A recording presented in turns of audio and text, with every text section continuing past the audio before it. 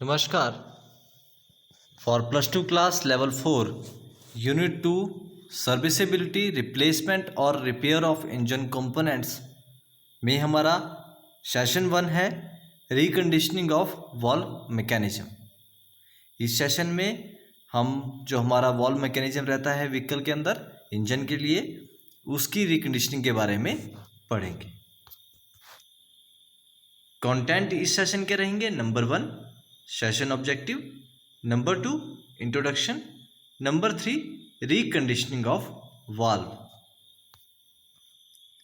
Session objectives: number 1 the student will be able to understand and explain the procedure for reconditioning of valves. आप सभी students जो हैं वो procedure जो हमारा रहता है रिकंडीशनिंग करने के लिए वाल्व की, उसके बारे में जानेंगे। Number 2 able to understand the procedure for cutting, grinding of valve seat and carry out the operation। और इसके साथ साथ हमारे जो प्रोसीजर रहता है कटिंग करने के लिए, ग्राइंडिंग के लिए वाल्व सीट की, उस ऑपरेशन को भी हम जो है समझेंगे। Number 3 able to understand the procedure for valve lapping and carry out the operation। और जो हमारा प्रोसीजर रहता है वाल्व लैपिंग के लिए, उसके बारे में भी हम जानेंगे। सबसे पहले introduction. Valve is usually known as poppet valve. जो वाल्व हम व्हीकल्स के अंदर यूज करते हैं उन्हें पॉपेट वाल्व के नाम से जाना जाता है।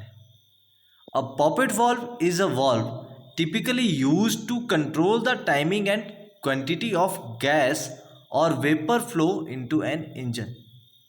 जो हमारा पॉपेट वाल्व रहता है वो कंट्रोल करता है टाइमिंग, कंट्रोल जो करता है टाइमिंग को और क्वांटिटी को, जो गैस और वेपर्स रहते हैं जिन्होंने हमारा इंजन के अंदर जिनका फ्लो होना है और हमारा इंजन जो है जिनकी हेल्प से चलना है, उनके फ्लो को जो है कंट्रोल करता है टाइमिंग के हिसाब से और क्वांटिटी के हिसाब से। It consist of hole usually round और oval and a tapered plug usually a disc shape on the end of a shaft also called a valve stem। जो हमारा वॉल्व रहता है उसके अंदर एक होल रहता है, एक होल होता है एक, और ये राउंड और ओवल शेप का हो सकता है।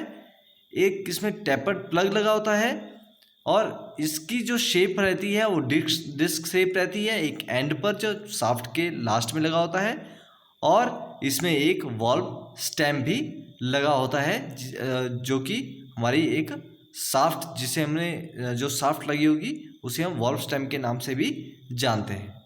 The shaft guide the plug portion of by sliding through a valve guide. जो हमारी शाफ्ट गाइड होती है वो हमारे प्लग पोर्शन को, जब हमारा प्लग पोर्शन जो है वो स्लाइड करेगा, उसको जो वॉल्व गाइड जो है वो गाइड करती है ताकि वो बिल्कुल अपनी पोजीशन पर ही जो है वो अपना रोल प्ले करे, वॉल्व जो है अच्छी तरह से अपनी पोजीशन पर, अपनी सही जगह पर चलता है, तो वॉल्व गाइड उसमें हेल्प करती है।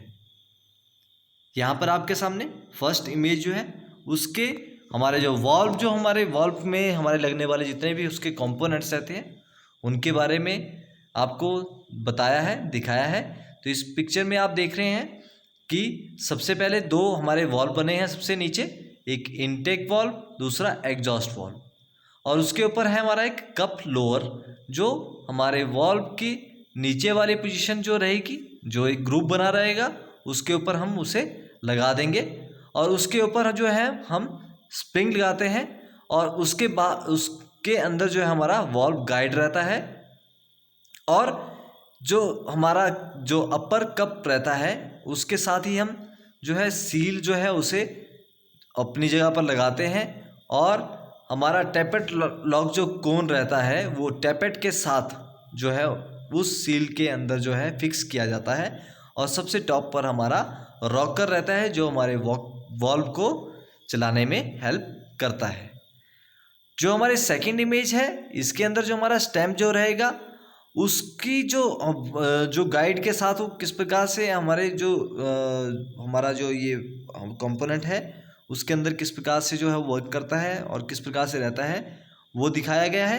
इस इमेज में आप देख रहे होंगे कि वॉल्व के स्प्रिंग को मेंशन किया गया है सबसे लास्ट में, लास्ट की तरफ से यदि आप देखेंगे। उसके बाद जो वॉल्व स्टेम जो हमारे बिल्कुल सेंटर में लगा है, उसे वॉल्व स्टेम जो हमारी वॉल्व की है वो दिखाई गई है। और उसके बाद जो है एक रिटेनर, जिसकी मदद जो स्टॉपर है, जो हमारा लॉक कौन था, टैपेट लॉक कौन था, वो दिखाया है।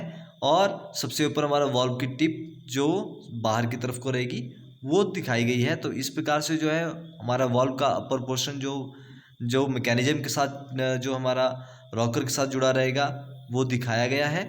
और लास्ट में आपको रियलिटी में जिस प्रकार से हमारे वॉल्व रहते हैं या दिखते हैं वो दिखाए गए हैं एग्जॉस्ट और इनटेक में। हमारा एग्जॉस्ट वॉल्व इनटेक वॉल्व से छोटा रहता है डायमेंशन के हिसाब से, डाई के हिसाब से। तो इनटेक हमारा बड़ा रहेगा और एग्जॉस्ट हमारा छोटा रहेगा साइज में। Valve mechanism, it controls submission of inlet gases and emission of exhaust gases at right time in relation with rotation of camshaft। जो हमारा वॉल्व है उनका मैकेनिज्म रहता है कि वो कंट्रोल करते हैं हमारे जो हमारा इनलेट गैसेस रहेंगी उनको, और जो एमिशन होगा, जो हमारे एग्जॉस्ट गैसेस होंगी, उनको सही समय पर बाहर निकालना। जो और ये जो हमारा इनलेट गैसेस हैं और एग्जॉस्ट गैसेस हैं, उनके जो फ्लो को कंट्रोल करता है ये हमारे जो कैमशाफ्ट है उसकी रोटेशन की हेल्प से जो है हमारे वॉल्व काम करके इन चीज़ों पर कंट्रोल करते हैं। Valve mechanism are classified as given below. Valve mechanism जो है उसे क्लासिफाई किया गया है। नंबर 1 ओवरहेड वॉल्व मैकेनिज्म, जिसे OHV के नाम से जाना जाता है। नंबर 2 ओवरहेड कैम मैकेनिज्म, जिसे OHC के नाम से जाना जाता है। सबसे पहले overhead valve mechanism, it consist of inlet valve, exhaust valve, valve guide, valve spring block, valve seat, valve spring, push rod, rocker arm and rocker shaft. जो हमारा ओवरहेड वॉल्व मैकेनिज्म रहता है उसके अंदर हमारे इनलेट वॉल्व लगा होता है, एग्जॉस्ट वॉल्व होता है, वॉल्व गाइड होती है, वॉल्व स्प्रिंग ब्लॉक होते हैं, वॉल्व सीट होती है, valve spring, push rod, rocker arm और रॉकर शाफ्ट होती है। In this case cam shaft is fixed in the crankcase. इसके अंदर जो हमारे कैम शाफ्ट होती है जिसके जरिए जो है हमारे वॉल्व ने वर्क करना है, जिसकी हेल्प से जो है हमारे वॉल्व जो सही टाइम पर उन्होंने ओपन होना है या क्लोज होना है, वो कैम शाफ्ट जो है फिक्स की जाती है हमारी क्रैंक केस में हमारे ओवरहेड वॉल्व मैकेनिज्म के अंदर। तो यहाँ पर जो हमारी फर्स्ट इमेज है वो ओवरहेड वॉल्व मैकेनिज्म की एक एनिमेटेड इमेज है, जिसके अंदर वर्किंग को दर्शाया गया है कि किस प्रकार से जो है हमारी जो कैम शाफ्ट है वो क्रैंक शाफ्ट के साथ हमारी ड्राइविंग चेन के जरिए जुड़ी रहती है, और कैम शाफ्ट जो है वो क्रैंक शाफ्ट के अकॉर्डिंगली जो है रन करती है। और जो हमारी कैम शाफ्ट रहती है वो क्रैंकेस के अंदर रहती है इस ओवरहेड वॉल्व मैकेनिज्म के अंदर, और वहाँ से जो है पुश रॉड के जरिए हमारे रॉकर आर्म को चलाया जाता है, और रॉकर आर्म जो है वो वॉल्व को ऑपरेट करते हैं। तो इस इमेज में आप समझ सकते हैं कि किस प्रकार से जो है हम जो है इस प्रोसेस में हमारा जो है वॉल्व जो है हमारे काम करते हैं। और इसी पेज पर जो हमारी सेकंड जो हमारी इमेज रहती है वो है हमारी ओवरहेड वॉल्व मैकेनिज्म का जो डिज़ाइन रहता है, क्या किस प्रकार से जो एक कैम के साथ हमारा जो है पुश रॉड काम करती है वो बताया गया है।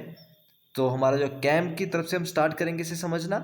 तो सबसे पहले हमारा कैम जो है उसके ज़रिए जो है पुश रॉड को जो है वो धकेला जाता है अपर डायरेक्शन की तरफ को, और जो पुश रॉड है वो अपर डायरेक्शन की तरफ को मूव करेगी, और रॉकर आर्म का जो दूसरा एंड है जो हमारे वॉल्व के साथ जुड़ा रहता है वो डाउनवर्ड डायरेक्शन में जो है मूवमेंट करेगा हमारे पुश रॉड के अपर डायरेक्शन के हिसाब से, और उस समय जो है हमारा वॉल्व जो है वो प्रेस होगा और हमारा वॉल्व जो है वो ओपन कंडीशन में आ जाएगा। और स्प्रिंग जो फोर्स रहती है हमारी स्प्रिंग की वो ऑपोजिट डायरेक्शन में हमारे वॉल्व को क्लोज करने में और जो है हमारा वॉल्व को सही समय पर क्लोज करने में हमारी हेल्प करता है। और यहाँ इमेज में आप देख रहे हैं कि हमारे कैम की अपर डायरेक्शन की वजह से जो है पुश रॉड को धक्का लग रहा है और रॉकर आर्म जो है वो स्प्रिंग की तरफ से नीचे आई हुई है और हमारा वॉल्व जो है वो नीचे की तरफ दबा, जिसके कारण जो है जो आपको ब्लू लाइंस जो हैं वो शो कर रही हैं कि हमारी जो है गैसेज जो हैं वो वहाँ से बाहर निकल सकती हैं। ओवरहेड कैम मैकेनिज्म नेक्स्ट जो हमारा रहता है वो रहता है ओवरहेड कैम मैकेनिज्म। आप इसके नाम से ही समझ रहे होंगे कि जो कैम मैकेनिज्म है वो कहाँ पर है, ओवरहेड या हेड के ऊपर है। It consist of inlet valve, exhaust valve, valve guide, valve spring lock, valve seat, valve spring, rocker arm and rocker shaft. जो हमारा ओवरहेड कैम मैकेनिज्म है वो इनलेट वाल्व होता है, उसमें एग्जॉस्ट वाल्व होते हैं, valve guide, valve spring lock, valve seat, valve spring, rocker arm and rocker shaft लगी होती है। In this case cam shaft is fixed in the cylinder head. इस केस में जो होता है हमारे जो कैम शाफ्ट रहती है वो इंजन के हेड में, जो सिलेंडर का जो हेड रहता है उसके अंदर फिक्स की गई होती है। It consumes less engine power for operation of valve mechanism. और इसके अंदर जो है ये जो हमारा कैम जो हमारा मैकेनिज्म रहता है जिसके ज़रिए जो है हम वाल्व को चलाते हैं, वो इस वाल्व मैकेनिज्म जो है हमारे इंजन की पावर को बहुत कम यूज़ किया जाता है और हमारे इंजन की पावर को हम जो है वाल्व को चलाने में वेस्ट जो है हमें कम करना पड़ता है। In advance mechanism supply of fuel increases the engine efficiency at high speed. और ये जो एडवांस मैकेनिज्म है इससे सप्लाई जो है हमारे फ्यूल की वो इंक्रीज हो जाती है इंजन के अंदर और इससे जो है एफिशिएंसी भी बढ़ती है हमारी हाई स्पीड पर इंजन की। अब यहाँ पर जो है direct DOHC engine, direct overhead cam mechanism engine जो है उसकी इमेज आपको फर्स्ट इमेज में दिखाया गया। ओवरहेड जो कैम मैकेनिज्म वो किस प्रकार से वर्क करता है। इसमें हमारी बेल्ट ड्राइव लगी हुई है जो कि क्या है, क्रैंक शाफ्ट के साथ हमारे वॉल्व में जो हमारा कैम मैकेनिज्म है उसके साथ जुड़ी हुई है और बेल्ट के जरिए जो है कैम को चलाया जा रहा है। और वहाँ जब हम चलाएंगे तो कैम जो है वो डायरेक्टली जो है वो रन करेंगे, डायरेक्ट बेल्ट से रन करेंगे, कोई पुश रॉड की आवश्यकता नहीं है, जिसकी वजह से जो है वॉल्व को डायरेक्टली जो है हम जो है उन्हें ऑपरेट कर पाते हैं कैम के ज़रिए। तो इस फर्स्ट इमेज में आपको समझ आ रहा होगा कि कैम को चलाया जा रहा है और वाल्व को ऑपरेट किया जा रहा है और हर सिलेंडर में जो है वो डिफरेंट पोजीशन पर है और वो अपना काम कर रहे हैं कि किस समय कौन से वाल्व को ओपन या क्लोज रहना है। सेकंड जो हमारी इमेज है वो है कैम शाफ्ट की, ओवरहेड कैम का जो हमारी शाफ्ट की जो इमेज रहती है वो है। इसके अंदर आपको कैम नज़र आ रहे हैं और कैम शाफ्ट के बेरिंग नज़र आ रहे हैं कि किस पे, और जो येलो जो लाइंस है वो हमारे ऑयल को शो कर रही है, तो लुब्रिकेशन को शो कर रही है जिससे जो है शाफ्ट जो है लुब्रिकेट हो रही है। और कैम जो है कैम की पोजीशन जो है हमारे फर्स्ट सेकंड थर्ड फोर्थ जिनकी जो पोजीशन है वो ऑपोजिट है एक दूसरे से, वो हमारे कैम फॉलोअर रहेंगे, हमारे कैम रहेंगे जो फॉलोअर जो हमारी पुश रॉड है उसे ऑपरेट करेंगे। Reasons for valve leakage. Valve से लीकेज के कुछ रीजन्स रहते हैं, कुछ कारण रहते हैं। If the combustion gases leaks from valve then it may cause.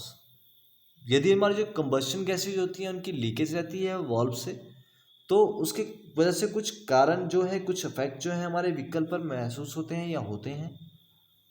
Number 1 excessive fuel consumption. सबसे पहली बात, हमारे व्हीकल जो है वो बहुत अधिक फ्यूल को कंज्यूम करना स्टार्ट कर देगा। Number 2 no pickup. हमारा व्हीकल को जब हम चलाना चाहेंगे इस पोजीशन में जब हमारे वॉल्व से लीकेज है तो हमारे जो व्हीकल है वो अच्छा पिकअप नहीं लेगा, अच्छी तरह से जो वो पिक नहीं करेगा। Number 3 engine do not take load. और यदि जो हमारे व्हीकल की एक कैपेसिटी है, इंजन की कैपेसिटी है लोड को कैरी करने के लिए, तो वॉल्व से लीकेज की वजह से उस लोड कैरिंग कैपेसिटी जो हमारे इंजन की है उसको भी जो है बुरा प्रभाव पड़ेगा, वो भी अफेक्ट होगा। Number 4, hard starting.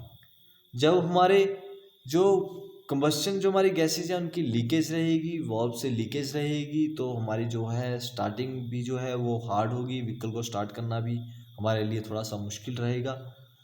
Number 5, valve sticks. और जब कंबस्शन गैसेज की लीकेज होगी तो हमारे वॉल्व जो हैं वो भी जो है स्टिक्स होते हैं, वो भी ख़राब हो सकते हैं। Number 6, engine overheats. और जब हमारी कंबस्शन गैसेज की लीकेज होती है तो हमारा इंजन जो है वो भी ओवरहीट करता है। Reconditioning valves. अब हम रिकंडीशनिंग कैसे करते हैं वॉल्व की? To overcome leakages of combustion gases, valve reconditioning is required. यदि हम चाहते हैं कि हमारी कंबस्शन गैसेज की लीकेज जो है वो ना हो तो हमें वॉल्व की रिकंडीशनिंग की ज़रूरत पड़ती है। Valve reconditioning operation includes installation of new valve seat, valve guide and operations like valve seat grinding, valve refacing, valve lapping, valve tappet clearance, valve timing। Valve में की जो हम रिकंडीशनिंग जो हमारा प्रोसेस रहता है वो हमें जब नए हमारे वॉल्व सीट को लगाना होता है, इंस्टॉल करना पड़ता है, तब हमें जरूरत पड़ती है वॉल्व गाइड की जरूरत पड़ती है। और उस समय हमें वॉल्व के ऊपर एक ऑपरेशन करना पड़ता है, सीट ग्राइंडिंग का वो करना पड़ता है, वॉल्व की रिफेसिंग करनी पड़ती है, वॉल्व की जो लैपिंग होती है, लैपिंग प्रोसेस जो रहता है वो वॉल्व के ऊपर ऑपरेट जो है उस ऑपरेशन को करना पड़ता है। वॉल्व टैपेट क्लियरेंस देखनी पड़ती है कि वॉल्व के जो टैपेट की क्लियरेंस है वो सही है या नहीं है। वॉल्व की टाइमिंग को हमें चेक करना पड़ता है कि वॉल्व जो है सही टाइम पर जो है सही काम को करे।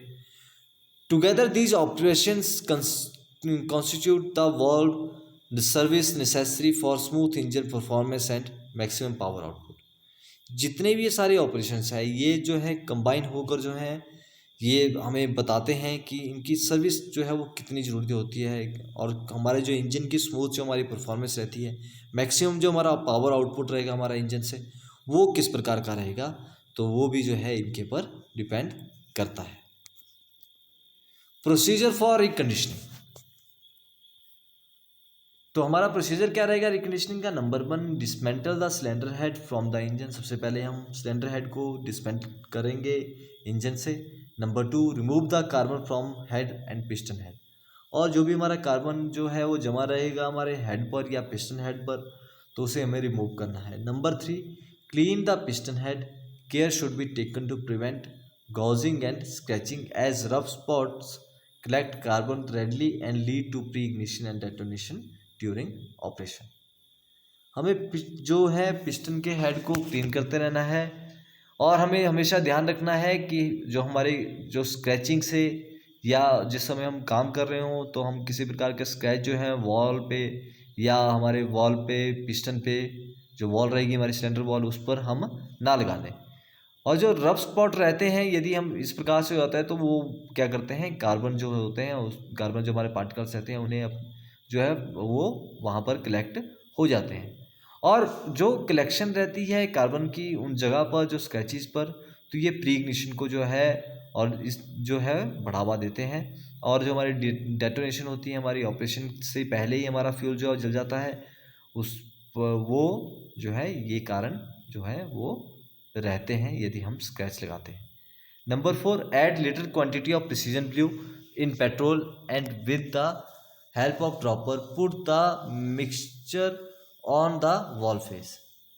हमें कुछ जो है प्रिसीजन ब्लू लेना है पेट्रोल के साथ और ड्रॉपर की हेल्प से उसे वॉल्व सीट पर जो है वॉल्व के फेस पर जो है वहाँ पर लगा देना है। Number 5, remove the valve using a valve spring compressor. Observe the valve leakage. Remove करना है वॉल्व स्प्रिंग को वॉल्व के साथ और कंप्रेसर के जरिए और ऑब्जर्व करना है वॉल्व की लीकेज को। Number 6, blue colour shows leakage area. और जो प्रिसीजन ब्लू हमने लगाया था वो हमें जो है शो करेगा कि लीकेज एरिया कहाँ पर है। Number 7, clean the valves with a wire brush. और वो हमें वॉल्व को साफ करना है वायर ब्रश की हेल्प से क्लीन करना है। Valve seat cutting grinding operation. Valve seat की कटिंग ग्राइंडिंग का ऑपरेशन क्या रहता है? Number 1, measure the angle of valve seat with help of bevel protector. सबसे पहले हमें एंगल को चेक करना है वॉल्व सीट की बेवल प्रोटेक्टर से। Number 2, check the margin of valve seat, if it is less than 2 mm replace the valve seat.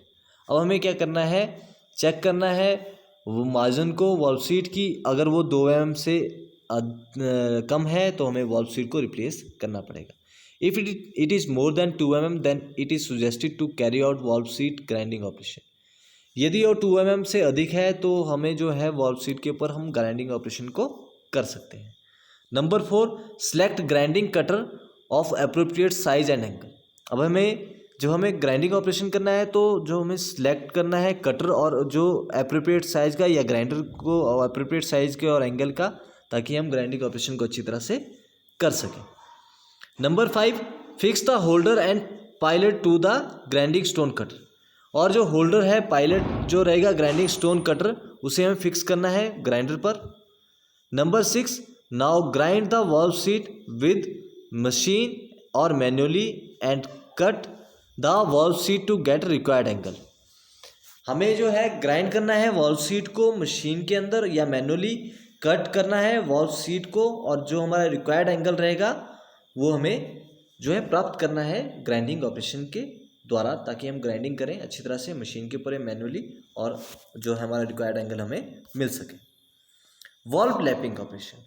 तो valve lapping operation क्या है? नंबर 1, सबसे पहले हमें क्या करना है, select the valve lapping stick of proper size. सबसे पहले हमें प्रॉपर साइज की लैपिंग स्टिक को लेना है, सिलेक्ट करना है उसे कि हमें कौन सी स्टिक चाहिए। Number 2, plates it's rubber hide on the valve face. और हमें जो इसकी रबर हाइड है उसे वाल्व के फेस की तरफ को रखना है। Number 3, apply abrasive emery course paste on the valve face.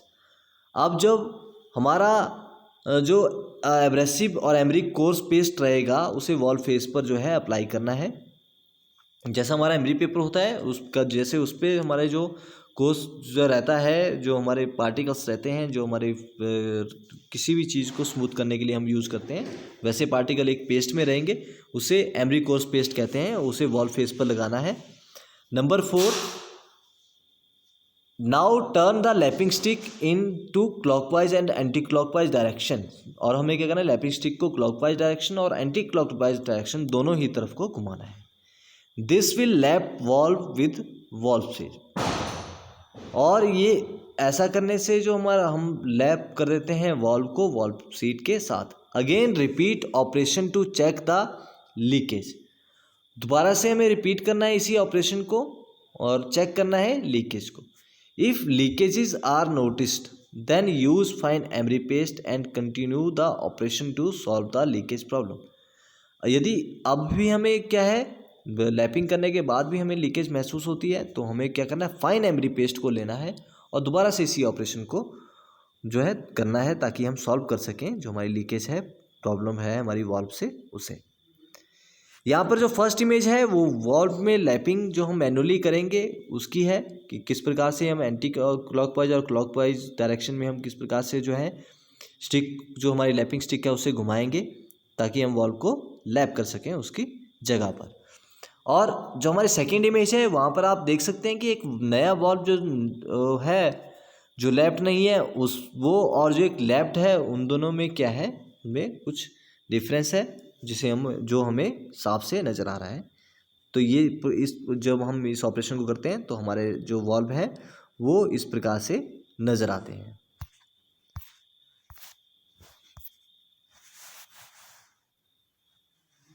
Thank you.